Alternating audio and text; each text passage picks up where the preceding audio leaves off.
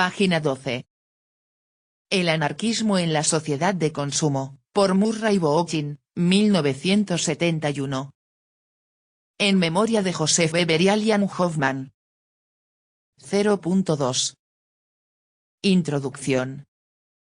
Por lo general, vivimos inmersos en el presente de forma tan absoluta que a menudo ignoramos lo mucho o poco que nuestro propio periodo social difiere de los anteriores, incluso de la generación que nos precedió en forma inmediata. Esta sujeción a lo contemporáneo puede ser muy perniciosa. Puede encadenarnos, inconscientemente, a los aspectos más reaccionarios de la tradición, sean sus valores e ideologías, sus formas jerárquicas o sus modos de comportamiento político. A menos que nuestras raíces en la vida contemporánea se amplíen a través de una rica perspectiva, distorsionarán fácilmente nuestra comprensión del mundo real, así como sus potencialidades de cara al futuro. TV escribe. Es poco fácil que se tenga noción de los acontecimientos históricos en los cuales los abuelos estuvieron inmersos. Además, la asignatura de historia, es aburrida, solo lectura de fechas y eventos que el poder en turno magnifica o conmemora.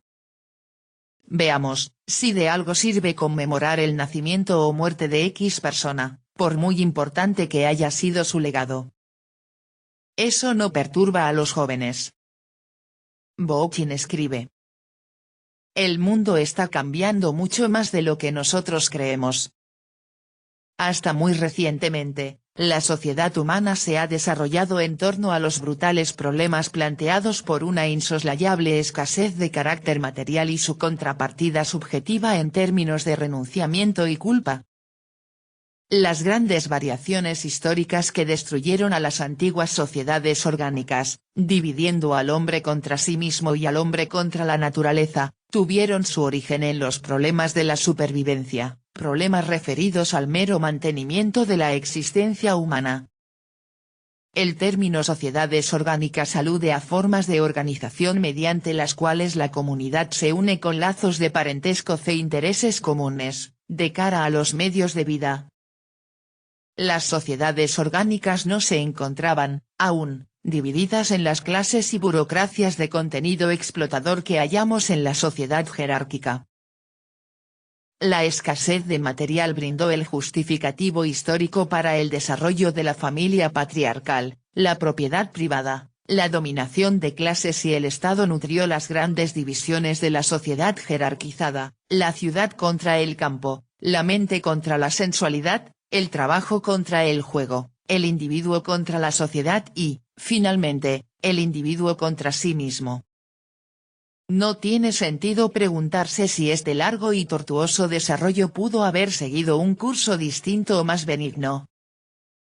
La evolución escapa a nuestro alcance. Tal vez como aquella mítica manzana que, tras el primer bocado, debe ser completamente consumida. La sociedad jerárquica debe completar su cruento viaje antes de que podamos exorcizar sus infernales instituciones. TV escribe. Una sociedad con jerarquías, hace referencia al orden que se le otorga a las personas pertenecientes a un grupo social, basado principalmente en su condición socioeconómica. De esta manera se establece en términos generales tres escalafones, las clase alta, media y baja. ¿Se podrían erradicar las clases sociales? El trabajador asalariado, ya ha dejado de ser clase media y en masa, ya es clase baja. Y sin trabajadores, la estructura social se desploma. Bookchin, escribe. De todos modos, nuestra posición dentro del drama histórico difiere fundamentalmente de la que vivieron todos los individuos del pasado. En este siglo XX, nos encontramos convertidos en virtuales herederos de la historia humana, legatarios del antiguo esfuerzo del hombre, empeñado en liberarse de la fatiga y la inseguridad material. Por primera vez en la larga sucesión de las centurias, este siglo, y solo este, ha elevado a la humanidad a un nivel enteramente nuevo de capacitación tecnológica, y a una visión decididamente única de la experiencia humana. Es en este siglo cuando, Finalmente, abrimos las puertas de un futuro de abundancia disfrutable por todos los hombres. Los medios de vida se acercan a un nivel de suficiencia, sin necesidad, ya, del laboreo cotidiano y frenético de los hombres. Hemos descubierto recursos, no solo para el hombre sino también para la industria, que hace una generación eran totalmente desconocidos. Hemos concebido máquinas que fabrican otras máquinas en forma automática.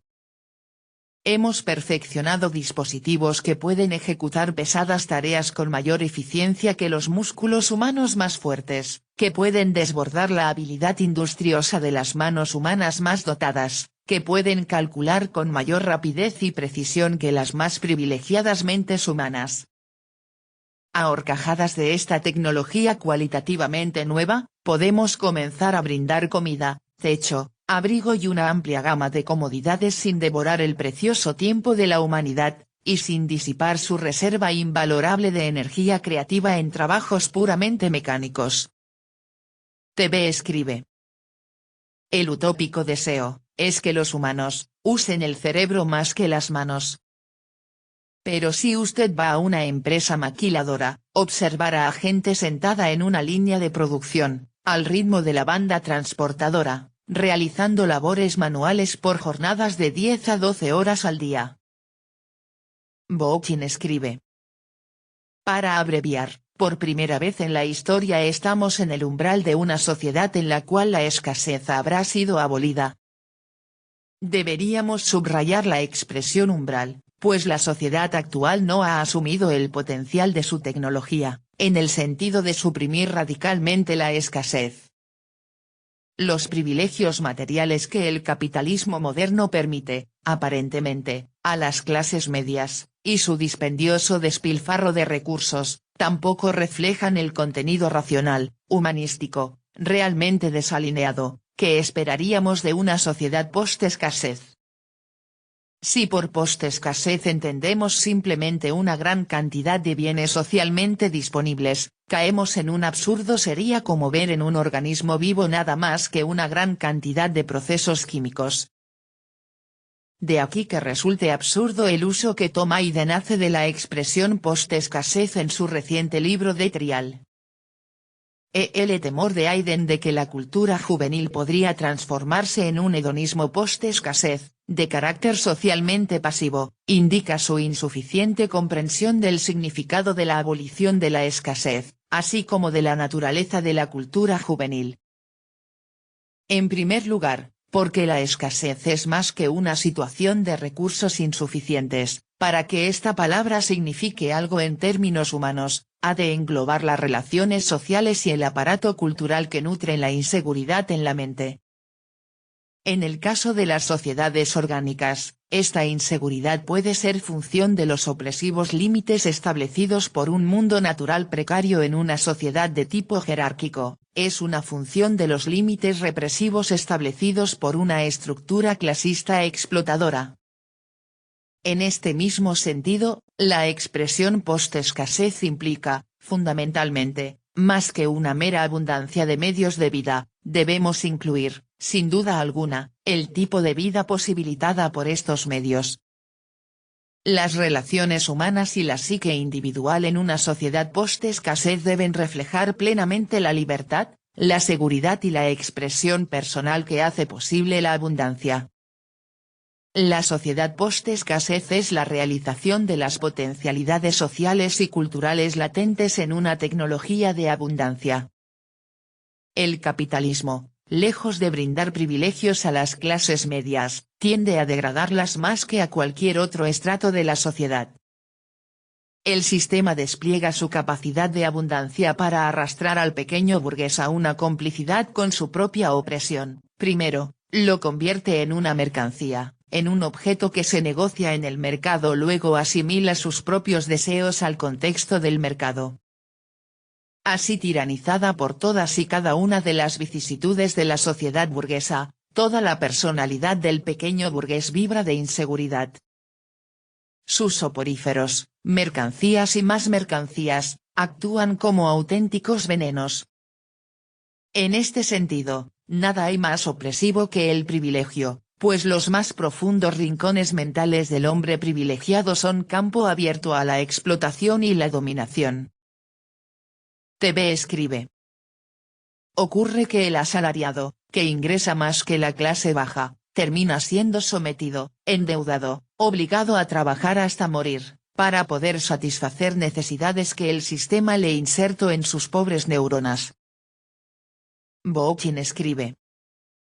Pero, a través de una suprema pirueta de la ironía dialéctica, este veneno constituye, a la vez, su propio antídoto.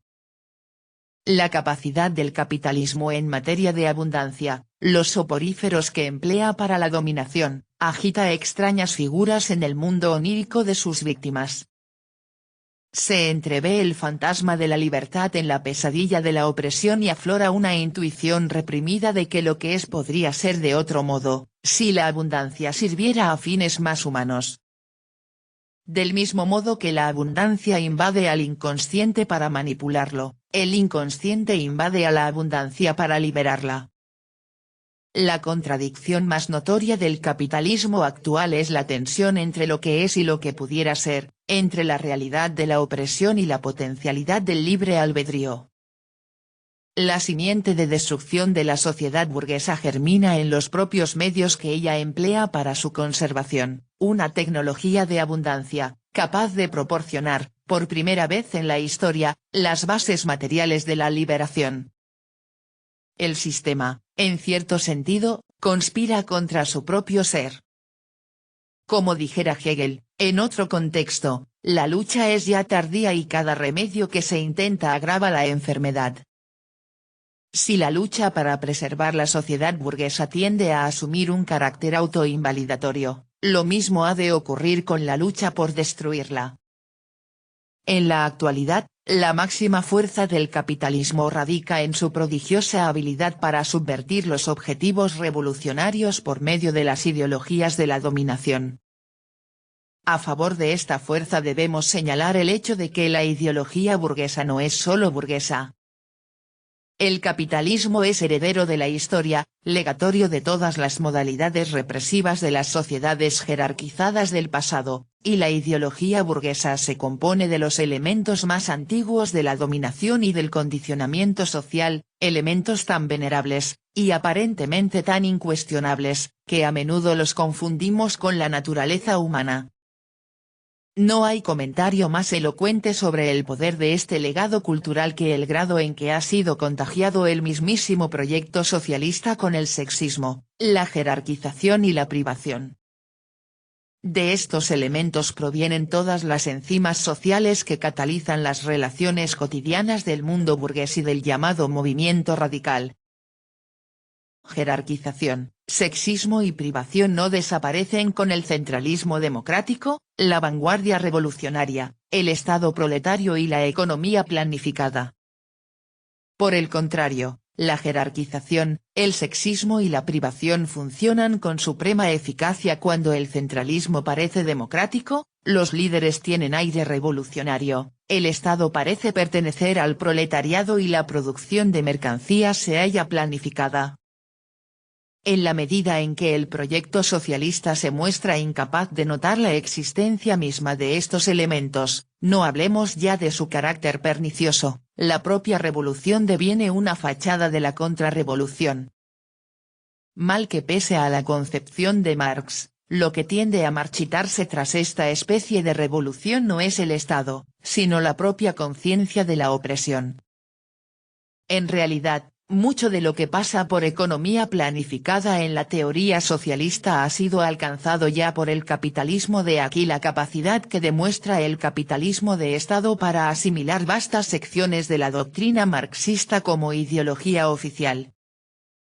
Más aún, en los países capitalistas desarrollados, el mismo progreso tecnológico ha suprimido una de las razones más importantes para justificar la existencia del Estado socialista, la necesidad, según las palabras de Marx y Engels, de incrementar el total de fuerzas productivas en la forma más rápida posible. 2. Así, seguir insistiendo con la cancioncilla de la economía planificada y el Estado socialista, conceptos creados por un estadio ya superado del capitalismo, y para un nivel de desarrollo tecnológico inferior al actual, indicaría cretinismo sectario. El proyecto revolucionario debe guardar proporción con las enormes posibilidades sociales de nuestro tiempo, pues así como los prerequisitos materiales de la libertad se han expandido más allá de los más generosos sueños del pasado, así también lo ha hecho el concepto mismo de libertad. Ante la inminencia de una sociedad caracterizada por la abolición de la escasez, la dialéctica social comienza a madurar, no solo en términos de lo que deberíamos suprimir sino también de cara a lo que habremos de crear. No solo debemos poner fin a las relaciones sociales de la sociedad burguesa sino, también, al legado de dominación que nos viene de largos milenios de sociedades jerarquizadas. Lo que debemos elaborar para reemplazar a la sociedad burguesa no es solo aquella sociedad sin clases que profetiza el socialismo, sino también la utopía no represiva. Página 17.